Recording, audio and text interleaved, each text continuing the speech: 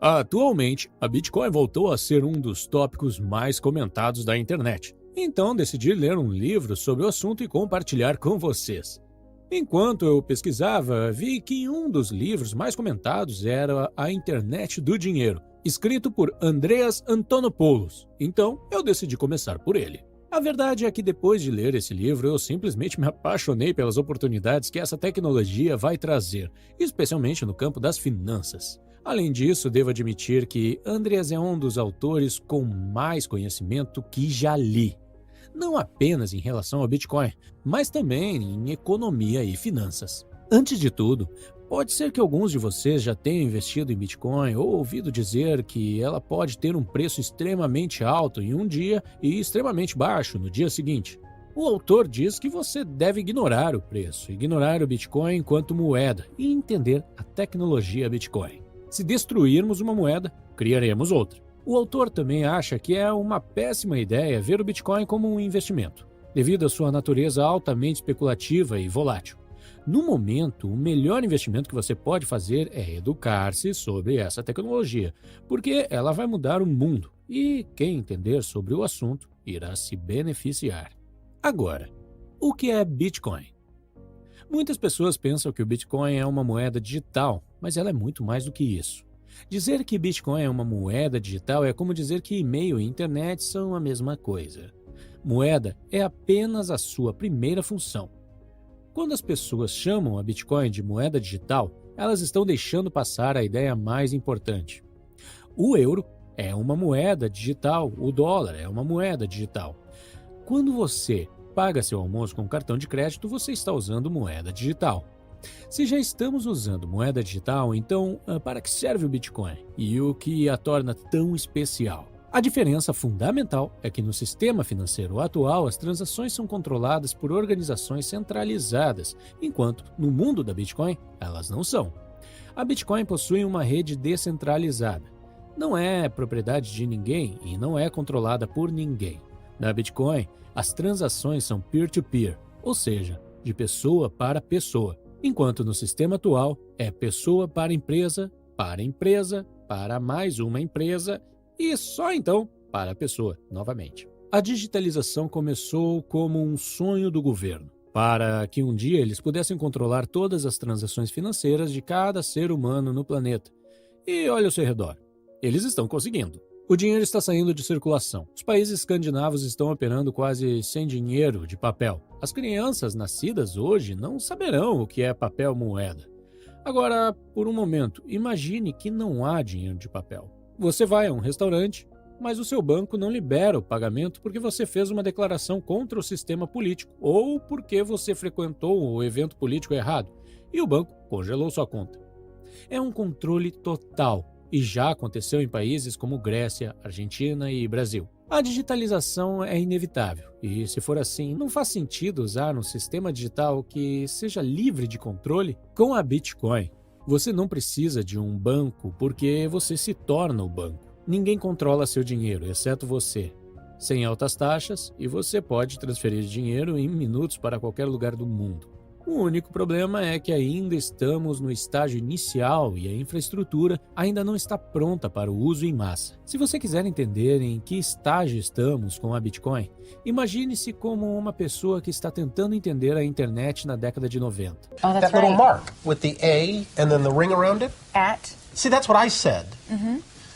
Katie said she thought it was about. Yeah. Oh. But I'd never heard it. Around I'd never or heard it about. said. I'd always That's seen the right. mark, but never heard Yeah. it said. And then it sounded stupid when I said it. Violence at NBC. Yeah, I heard be around big or fight about. up in the lunchroom the other See, week. there it is. Violence at NBC. GE.com. I mean, Well, Allison should know. what do you is say to that, internet Allison? anyway?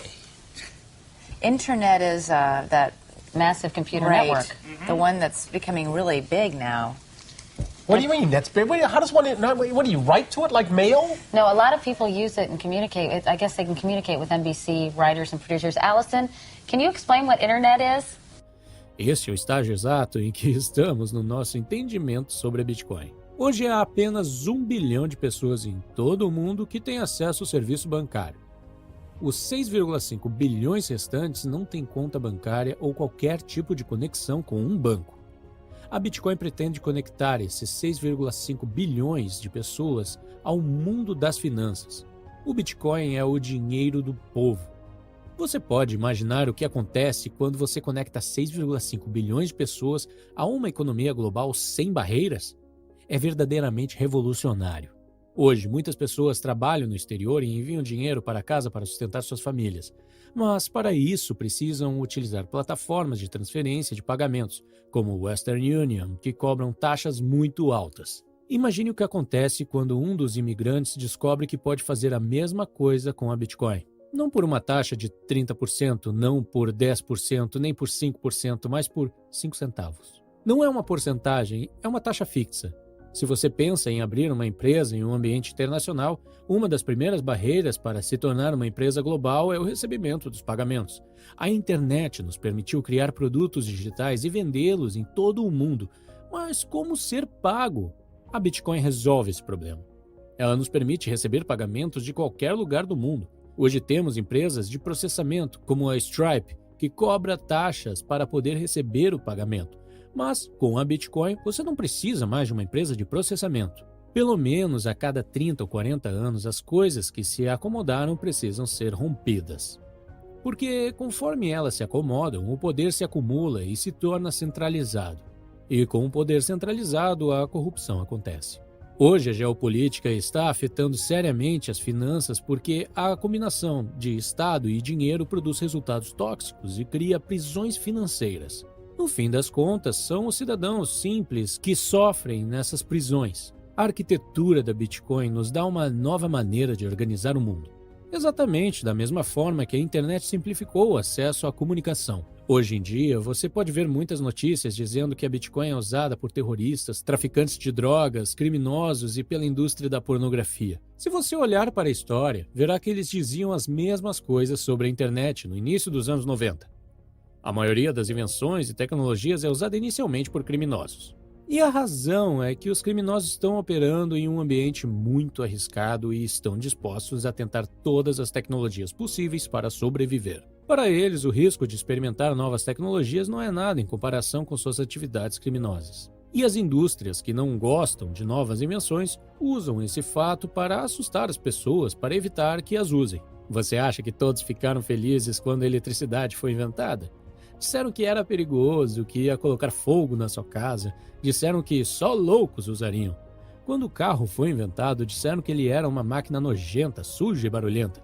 Disseram que era inferior aos cavalos e não poderia ir a todos os lugares, como os cavalos iam. Falaram sobre como os carros quebraram, como causava a morte dos ocupantes. Agora, a Bitcoin está ameaçando a maior indústria do mundo, que é a indústria financeira. É claro que eles vão se opor. Eles usarão táticas mais comuns e eficazes, como o medo e a mídia. Quando você joga uma tecnologia disruptiva no meio das organizações mais poderosas do planeta, eles não ficam felizes. Dirão que têm medo de que criminosos usem Bitcoin, mas na verdade é que eles têm muito mais medo que o resto de nós use. Eles dizem que a Bitcoin não é segura. Em segurança de TI, existe um termo engraçado chamado honeypot. Um honeypot é um sistema projetado para atrair hackers. A maioria das empresas de TI, como Google e Apple, usa essa tática. Por exemplo, quando criam um aplicativo, anunciam uma grande recompensa para quem conseguir hackeá-lo. Qual honeypot poderia ser melhor do que uma rede financeira de 6 bilhões de dólares? Se você encontrar uma maneira de hackear Bitcoin, há uma recompensa de 6 bilhões. Ninguém recebeu essa recompensa ainda. E não é porque não estão tentando. Eles tentam o tempo todo, mas o Bitcoin é resiliente. Nos próximos 15 a 20 anos, veremos uma grande mudança da infraestrutura acontecer nas finanças. Agora, no entanto, ainda estamos no início do caminho e muitas pessoas estão céticas, o que é completamente natural. Primeiro, os humanos começaram a negociar uns com os outros. Então, eles usaram metais preciosos. De metais preciosos passaram para papel moeda e de papel moeda para cartões de plástico. Cada uma dessas transições foi difícil. Você acha que as pessoas estão enlouquecendo com a Bitcoin? Imagine quanto as pessoas ficaram loucas quando lhes disseram que agora, em vez de negociar com ouro, eles negociariam com pedaços de papel. E a Bitcoin é a mudança ainda mais radical do que as anteriores. Em nosso sistema financeiro atual, o relacionamento entre o banco e o seu cliente é muito semelhante ao relacionamento entre o senhor e seu escravo. E aí vem a pergunta mais incômoda que você deve fazer: quem é o escravo? Porque em um sistema de dívidas, uma das duas partes é sempre escrava. Os mestres não servem a você, eles servem a si mesmos, porque são os mestres. Essa é a arquitetura financeira em que vivemos. Essa é a arquitetura financeira que usamos em nossa civilização, uma arquitetura na qual você não tem controle, uma arquitetura onde cada interação é medida por um terceiro que tem controle absoluto sobre o dinheiro. Hoje, se você for a um caixa eletrônico e colocar o cartão, o banco pode lhe dar seu dinheiro. Mas, em algum outro dia, eles podem decidir não dar o dinheiro a você, como os povos do Chipre, Grécia, Venezuela, Argentina, Bolívia e Brasil descobriram. Um dia você vai ao banco e o banco não quer lhe dar o dinheiro, porque não precisa. Essa é a essência de um relacionamento mestre-escravo. A Bitcoin é fundamentalmente diferente, porque na Bitcoin você não deve nada a ninguém e ninguém deve nada a você. Não é um sistema baseado em dívida. É um sistema baseado na propriedade absoluta. No momento você pode pensar que eu odeio banqueiros e pessoas que trabalham em bancos. Não é verdade. Já trabalhei com muitos banqueiros. Eles são boas pessoas. Eles tentam sustentar a família, pagar financiamento da casa, manter um emprego estável. Não tem nada a ver com o fato de as pessoas serem más. Tem a ver com o fato de que essas instituições, por meio da forma como estão estruturadas, produzem resultados que não são bons. Produzem resultados restritivos. Elas começam a expressar nativismo, nacionalismo, tribalismo, estruturas de classes e todas essas coisas que tornam o mundo um lugar menor. Se você olhar o que realmente o dinheiro é, verá que o dinheiro é apenas uma forma de comunicação, é apenas uma linguagem.